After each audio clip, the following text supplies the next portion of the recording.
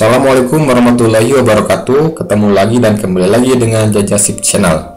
Pada kesempatan ini saya akan menyampaikan tutorial lanjutan dari video tutorial sebelumnya, dimana di tahap selanjutnya kita akan menyiapkan metode pembayaran untuk pengelolaan di Woocommerce. Yang sebelumnya kita sudah melakukan proses persiapan terkait dengan rincian toko dan menambahkan sebuah produk. Baik, kita lanjutkan di tahapan ketiga. Sebelum kita lanjutkan, jangan lupa subscribe, like, and share. Kita pilih menu siapkan pembayaran. Di sini kita klik siapkan pembayaran. Kemudian di sini ada berbagai macam pilihan. Di sini ada 3 metode pembayaran yang disiapkan oleh Woocommerce ya. Di sini kita ada pilihan cash on delivery ya, dimana nanti akan dibayar setelah barang nyampe di tujuan.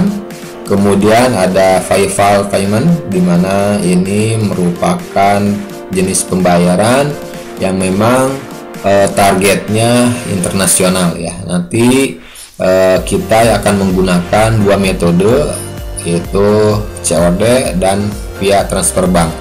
Untuk terkait dengan PayPal, nanti kedepannya jika memang target pasar kita itu mau ke internasional, nanti silahkan Anda pelajari bagaimana cara mendaftarkan untuk PayPal ya.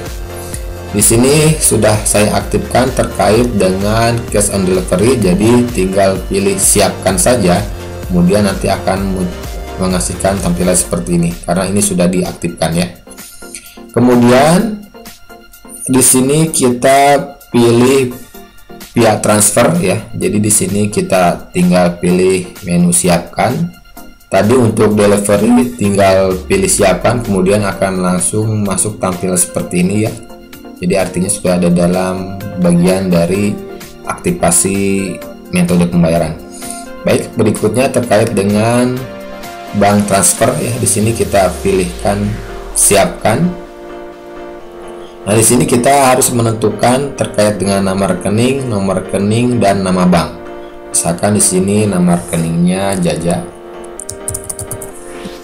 Kemudian nomor rekeningnya kita isi. Kemudian nama banknya juga kita masukkan.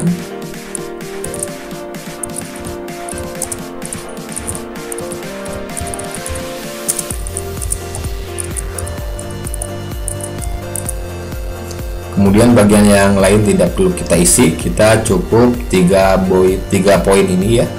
Kalau sudah, kita pilih menu simpan.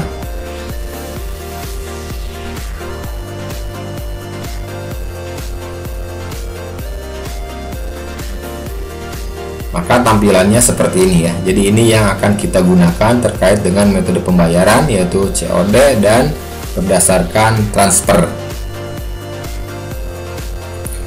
Berikutnya kita lanjutkan untuk menyiapkan pengaturan pajak ya. Kita klik siapkan pajak, siapkan pajak secara manual.